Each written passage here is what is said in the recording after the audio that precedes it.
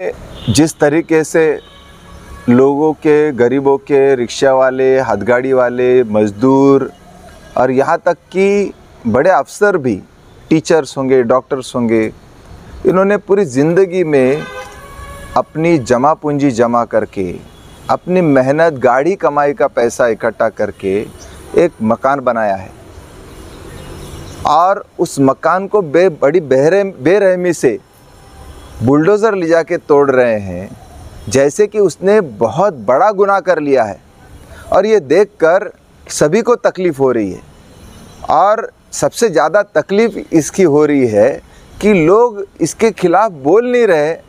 और लोग, कौन सा ऐसा हाईकोर्ट का ऑर्डर है और हाईकोर्ट ने, सम्माननीय हाईकोर्ट ने ऐसा कहाँ लिखा है कि जाओ बुलडोज़र ले जाके लोगों के घर तोड़ दो, भोंगे पे खाली जो है तो अनाउंस कर दो कि कल आपका घर तोड़ने को आने वाले हैं, घर खाली करो। खुद का घर खाली करने को लगा रहे हैं और सिर्फ भोंगे पर अनाउंसमेंट, ये नोटिस नहीं होती। कॉरपोरेशन एक्ट में या भारत के संविधान में इस तरीके से इजाज़त नहीं है। ये डॉक्टर बाबा साहब अम्बेडकर ने बनाया हुआ संविधान है और मैं सभी नागरिकों को बताना चाहता हूँ कि डॉक्टर बाबा साहब अम्बेडकर ने इसकी इजाज़त संविधान में नहीं दी है। लोगों को घर देने का ऐलान मोदी सरकार ने 2022 तक सभी बेघरों को घर देने का ऐलान किया था। 2025 तक सबको बेघर करने का ऐलान नहीं किया था। और ये कहाँ से, कौन से शहर में, हमारा छत्रपति संभाजीनगर, औरंगाबाद शहर छोड़ के कौन से शहर में ऐसी कार्रवाई हो रही है? कोई नहीं, क्योंकि दूसरे शहरों में इस तरीके से बर्दाश्त नहीं करते, ऐसी गैर कानूनी कार्रवाई बर्दाश्त नहीं करती। हमारा शहर के शहरी क्यों बर्दाश्त कर रहे हैं, ये मेरा पहले सवाल है। और इसीलिए मैं आपके चैनल के द्वारा सबसे ये गुजारिश करना चाहता हूँ कि भाइयों बहनों, हाईकोर्ट का ऑर्डर पढ़ो। उसमें कहीं नहीं लिखा है कि जाके बुलडोज़र से गिरा दो। अगर बुलडोज़र से गिराना है तो पहले खुद का गिराएं। अगर अच्छा काम करना है तो पहले खुद से करना चाहिए ना। हमारे संत कह गए हैं, आदि केले मग सांगितले। अच्छा काम है ना, बहुत अच्छा कमिश्नर साहब, तो पहले खुद से करो ना। जितने सरकारी कार्यालय है, जितने सरकारी ऑफिसेस है, वो सारे सर्विस रोड छोड़ के, हाँ, आपका चिकलठाना का जो सरकारी जो अस्पताल है वो रास्ते पे नहीं है। ये जितने बड़े बड़े होटल बने हुए हैं जालना रोड पे, वो रास्ते पे नहीं है। पहले आपने सरकारी कार्यालय से शुरुआत करनी चाहिए थी। आप शुरुआत कहाँ से कर रहे हैं? गरीबों के घरों से। और हमारे गरीब लोग भी जो है तो जो घर तोड़ रहा है उनको बुके ले जाके दे रहे हैं।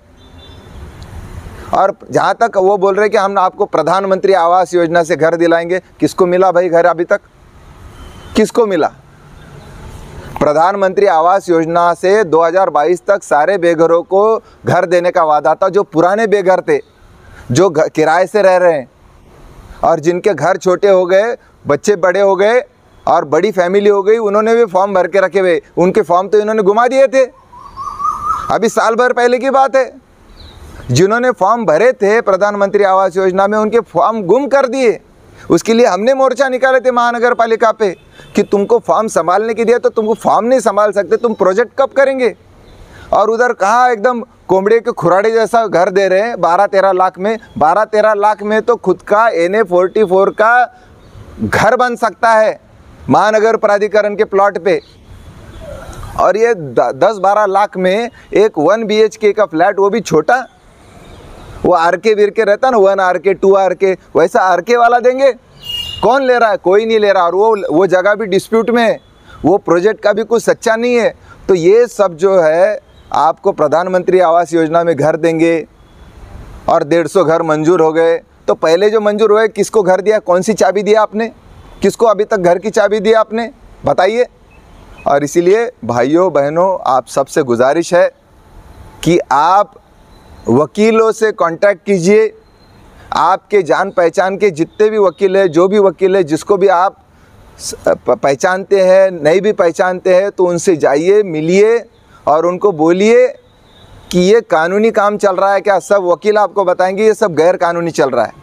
हो सकता है कि यहाँ पर हाई कोर्ट में आपको निजात ना मिले तो सुप्रीम कोर्ट जाइए, बताइए, दरवाज़ा खटखटाइए कोर्ट का, लेटर लिखिए। सम्माननीय हाई कोर्ट को लेटर भी लिखते हैं तो हाई कोर्ट जो है आपका लेटर का भी पिटीशन, अगर आपके पास पैसा नहीं है अगर वकील लगाने को तो आप लेटर लिख सकते हैं हाई कोर्ट को, सुप्रीम कोर्ट को। ये सारा गैर कानूनी चल रहा है। सुप्रीम कोर्ट ने यूपी का बुलडोजर रोका था, आपने वो पढ़ा होगा। यूपी में इसी तरीके से बुलडोजर से लोगों के घर गिरा रहे थे। सुप्रीम कोर्ट ने उसका संज्ञान लिया और वो सब रोका। और हमारे सम्माननीय अभी चीफ जस्टिस साहब जो है वो भी ये बुलडोज़र के ख़िलाफ़ है, उन्होंने एक भाषण में भी कहा था। और इसीलिए आपको अदालत का दरवाज़ा खटखटाना चाहिए, न्याय मांगना चाहिए। यूं ही सरेंडर होना ये कोई ठीक बात नहीं है। आपकी गाड़ी कमाई का पैसा है, उसको बचाइए, आपके घर को बचाइए। अगर आपका घर टूट जाता है, जितने भी लोगों के घर टूट गए हैं, कहाँ रह रहे वो लोग? अरे खुद का मकान बना लिया और किराए के घरों में जाओगे? इस तरीके से ये अन्याय बर्दाश्त मत कीजिए। और इसीलिए मैं आपसे रूबरू हो रहा हूँ। आप सबसे हाथ जोड़कर गुजारिश है, ये अन्याय को सहन मत कीजिए। डॉक्टर बाबा साहब अम्बेडकर कह गए हैं कि अन्याय करने वाले से ज़्यादा अन्याय बर्दाश्त करने वाला सबसे बड़ा गुनहगार है। और इसीलिए इस अन्याय को बर्दाश्त मत कीजिए। वो जो भी अदालत का फ़ैसला है उसको पढ़िए, किसी से पढ़ा के लीजिए, पूछिए ये गैर कानूनी है कि नहीं है। गरीब से गरीब आदमी को समझता है कि ये ज़्यादती हो रही है, ज़्यादती हो रही है। कई सारे सरकारी कार्यालय है जो अतिक्रमण की व्याख्या में आते हैं।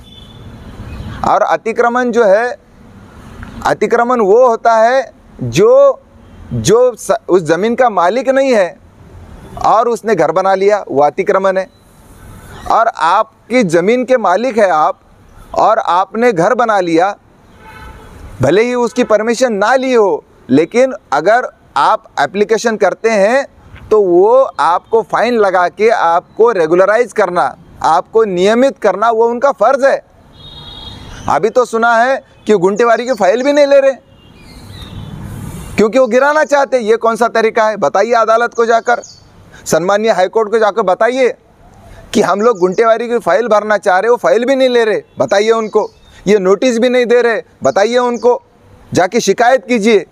अगर संविधान की और कानून की अमल बजावनी नहीं हो रही है, अगर अधिकारी अगर कानून हाथ में ले रहे हैं, गुंडागर्दी कर रहे हैं, तो आपको हाईकोर्ट में जाकर फरियाद करने का, वहाँ पर याचिका दाखिल करने का पूरा अधिकार है।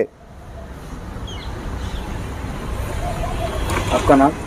मैं एडवोकेट कॉमरेड अभय टकसाल, भारतीय कम्युनिस्ट पार्टी का शहर सेक्रेटरी हूँ।